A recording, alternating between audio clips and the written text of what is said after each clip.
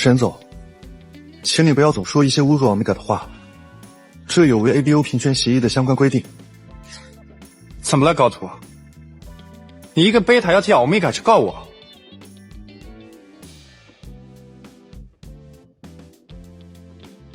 ？Shen Wenlang looked down at the resignation application in his hands and suddenly laughed. It wasn't the kind of laughter born from joy or amusement, but the sharp, bitter laugh of someone who had been pushed too far. No wonder Secretary Gao, usually so taciturn and reserved, had suddenly taken the initiative to discuss the matter of children with him. He remembered the conversation vividly. Gao Tu had asked quietly, almost testing the waters, "What if your Omega has a child in the future?" The question had made Shen Wenlang's brows furrow instantly. The memory of that drunken night, when he had lost control and ended up in bed with his Omega, flashed through his mind. And without hesitation, he had answered mercilessly, "Of course abort it. What else?" Gao Tu's expression had shifted at once, turning strange sorrow clouded his eyes, and fear trembled in the corners of his mouth. That fragile, pained look only worsened Shen Wenlang's already sour mood. "Don't ask me such boring questions during work," he snapped. "You know I hate Omegas."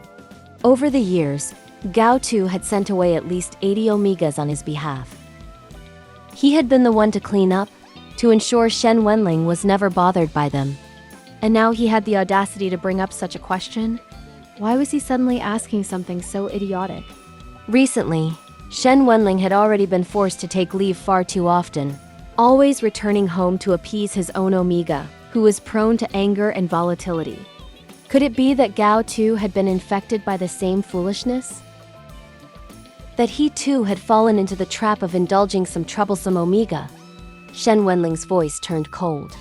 "Do you have anything else to say? If not, get out." But Gao Tu did not leave. He stood there in front of the desk, his silence heavy, his posture stiff. It was as if he still refused to let go. Then in a voice low but steady he said, "But forcing Omegas to have abortions." The words ignited Shen Wenlang's fury. "Don't always say Omega, Omega, aren't you disgusting?" This time it was Gao Tu who changed. His face flushed red, his hands trembled slightly, and before he could stop himself, his voice rose. "Mr. Shen, please don't always say insulting words to Omegas.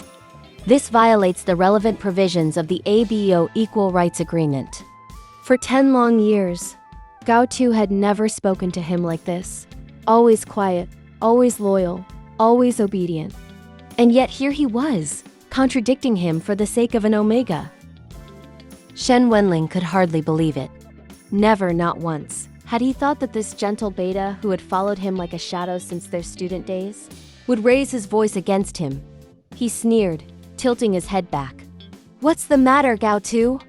You're a beta, and you want to sue me on behalf of an Omega?"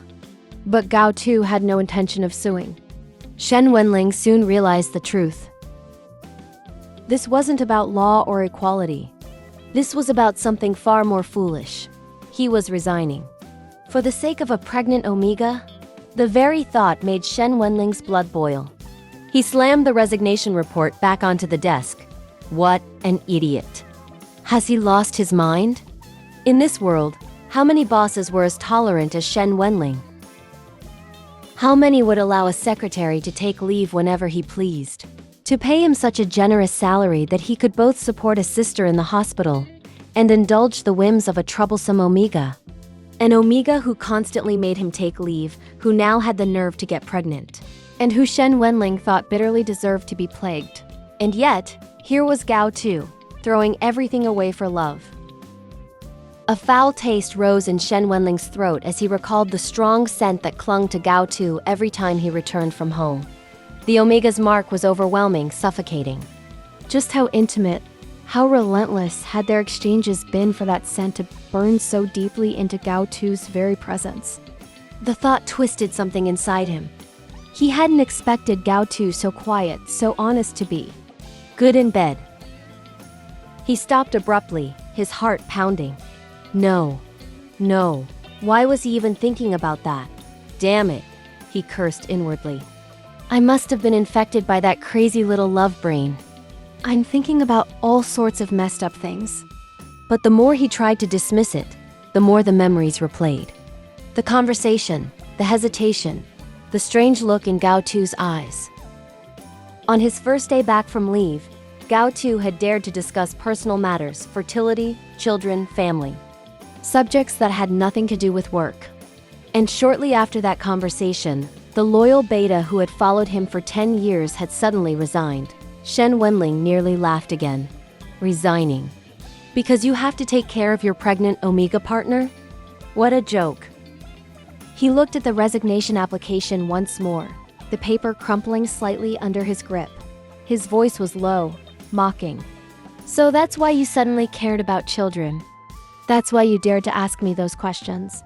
All along, it was because of this. He remembered again Gao Tu's quiet voice. What if your Omega has a child in the future? And his own cold reply. Of course, abort it. What else? At the time, Gao Tu's eyes had filled with something unspoken sadness, fear, a plea he dared not voice. And Shen Wenlang had crushed it with his ruthless words. Don't ask me such boring questions during work. You know I hate Omegas. The memory looped over and over, fueling his irritation. Why had Gao Tu insisted? Why had he, who had once obeyed every order without question, chosen this moment to push back? He thought of his own Omega again, how fragile, how temperamental, how consuming it was to manage them. Was Gao Tu experiencing the same thing? Was he also going home to hold someone through their fever, to endure their moods, to live his life around them? The image made Shen Wenlang's jaw clench. The thought of an Omega lying in Gao Tu's arms, spending their vulnerable heat period against his chest, gnawed at him with an intensity he couldn't explain.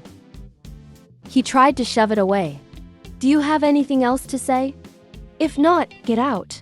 But Gao Tu hadn't left.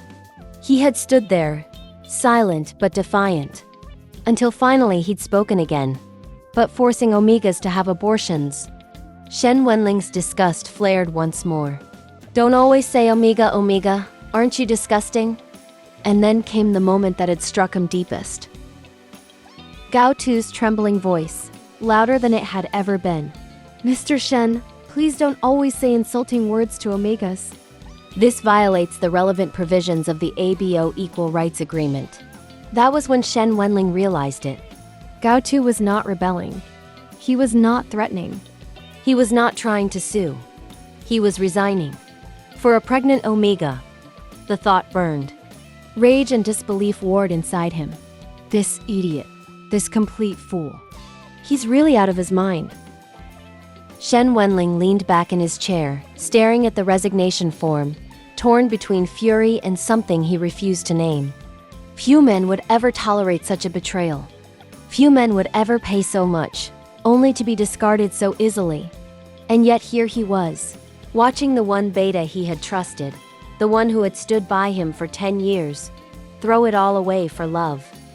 If you enjoyed this story and want to dive deeper into more dramatic ABO moments, don't forget to like this video, subscribe to the channel, and hit the notification bell so you never miss an update. And tell me in the comments, do you think Gao Tu made the right decision to resign for his Omega? I'd love to hear your thoughts.